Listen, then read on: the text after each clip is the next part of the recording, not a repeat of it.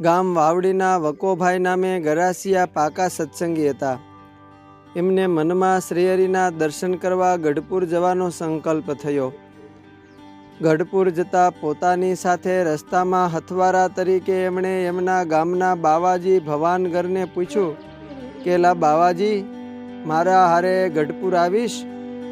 ભવાનગર બાવો કહે કે વકાભાઈ, આવું તો ખરો, પણ મારે 4 ભેહું છે એની હું છાશ વલોણું કરું છું.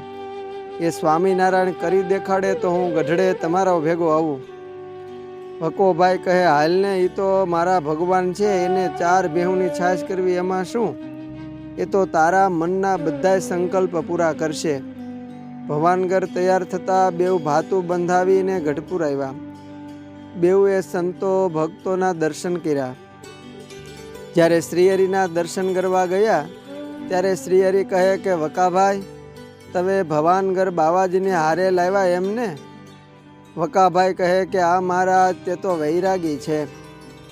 મહારાજ કહે કે વૈરાગી ખરા, એ સવારમાં 4 વાગે ઉઠીને 4 ભેહુંની છાશ કરે એ રાગ, ને બીજો એમણે વૈરાગ લીધો એ રાગ, એટલે વૈરાગી તો ખરા.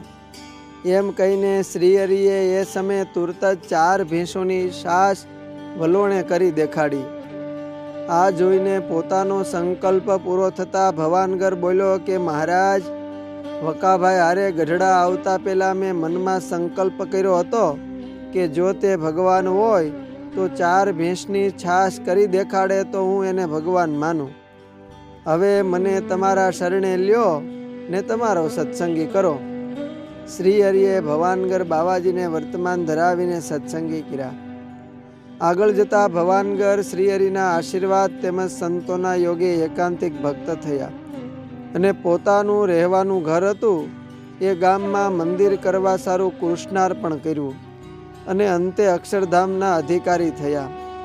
અસ્તુ. જય સ્વામિનારાયણ. સદગુરુ અક્ષરાનંદ બ્રહ્મચારીની વાતોમાંથી.